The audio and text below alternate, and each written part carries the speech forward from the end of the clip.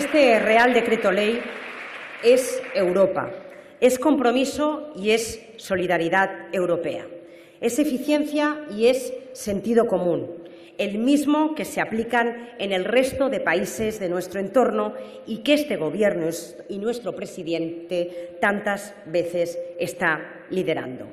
Piensen bien el sentido de su voto.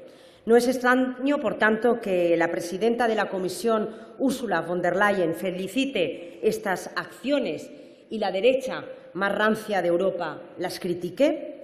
Así que me voy a dirigir al partido mayoritario de la oposición, al Partido Popular, y les voy a pedir que recapaciten.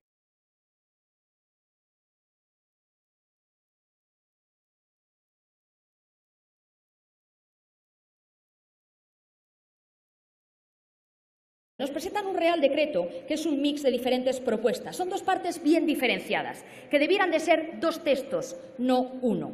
¿Qué es lo que ustedes buscan conseguir? Ante su minoría parlamentaria, chantajear al resto de los grupos parlamentarios con algunas medidas de corte social que garanticen el apoyo por adhesión a medidas que son malas para la economía española. Y ahí es donde nosotros no podemos estar. Pero llevamos meses, semanas, pidiéndoles que separen los dos Reales Decretos y que contarían con nuestro apoyo.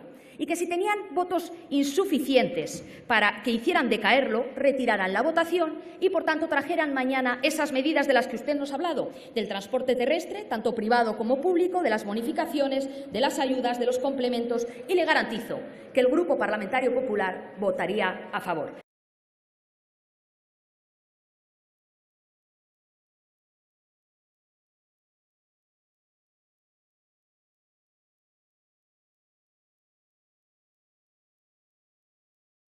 Hoy votaremos a favor de este Real Decreto, primero por responsabilidad con la ciudadanía y con el planeta, y también por responsabilidad con las consecuencias de no hacerlo. Y, en segundo lugar, porque compartimos los dos pilares que lo sustentan: la necesidad de reducir el consumo desorbitado de energía y potenciar el transporte público, haciéndolo accesible y asumible para toda la ciudadanía.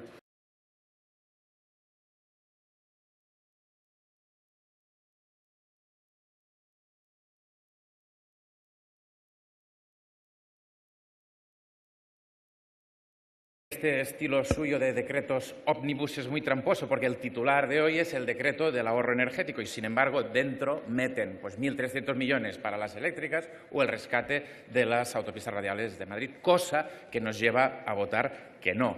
Aunque con el ahorro energético, por supuesto, que estamos de acuerdo. Ahora bien, hay que señalar sobre el texto del decreto que sigue con un error de diagnóstico muy grave. Por ejemplo, muy concreto, la palabra Rusia aparece 33 veces y, sin embargo, ninguna referencia al pico del petróleo, al agotamiento de los combustibles fósiles o a la crisis y la emergencia climática. Cero referencias a estos aspectos profundos, de fondo y de gran calado.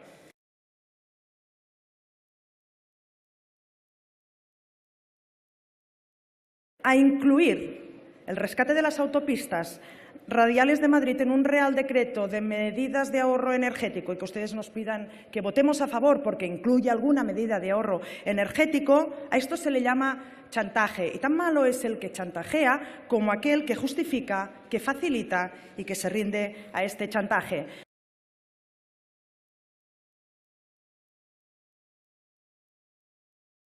Lo han vuelto a hacer ministra, vicepresidenta, con una sola votación, de un plumazo, en un solo texto, vuelven a mezclar churras con merinas, en este caso medidas en el ámbito del transporte, becas, eficiencia energética, aparte de un sinfín de modificaciones de otras normas que nada tienen que ver, como la seguridad aérea. Y una vez más, algunas de estas medidas nos parecen correctas, otras no, y muchas otras nos parecen insuficientes.